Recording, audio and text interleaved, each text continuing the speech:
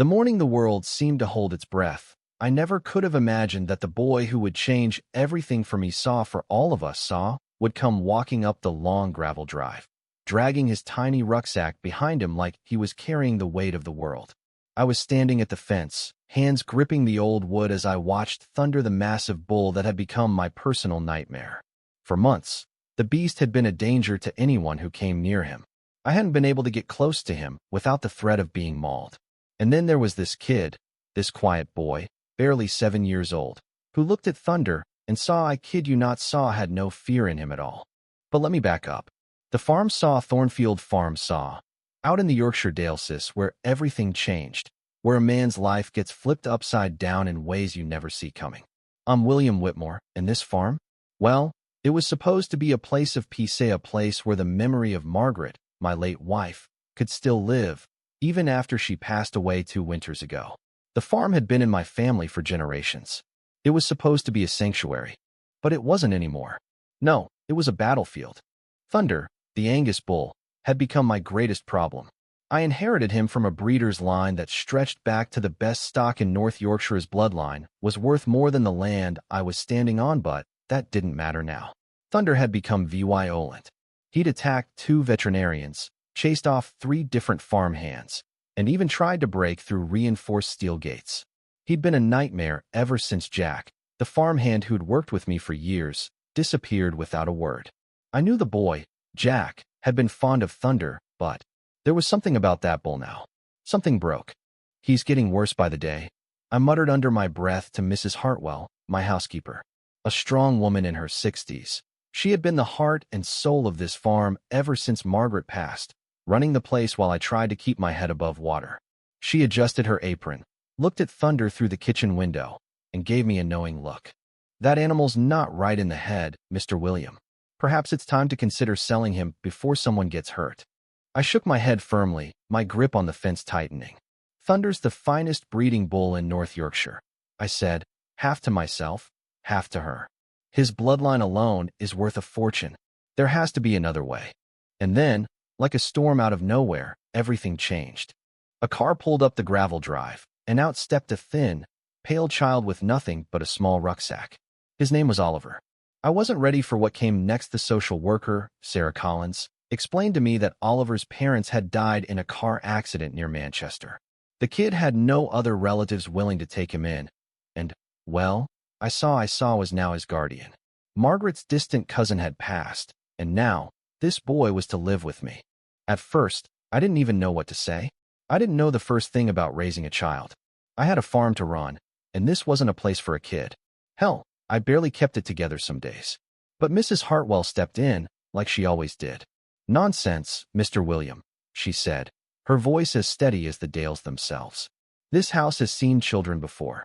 The boy needs family, and family is family, no matter how distant the connection." So that was it.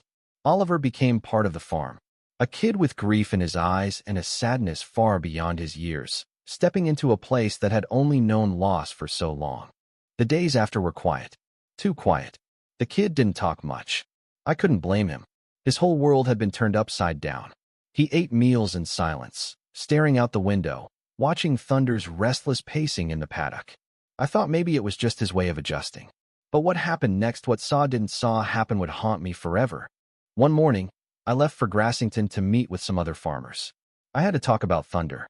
We all knew he was getting more unpredictable, and I needed advice. I was gone for a few hours. Mrs. Hartwell was out back hanging laundry, humming some old Yorkshire ballad, when she realized Oliver had gone missing. By the time I returned, I thought she was joking when she called me. "Mr. William, you need to come home immediately." "Why, what's wrong? Is the boy hurt?" I asked, my heart already racing in my chest. "No," she said, "but you won't believe what I'm seeing. The boy is with Thunder." Thunder?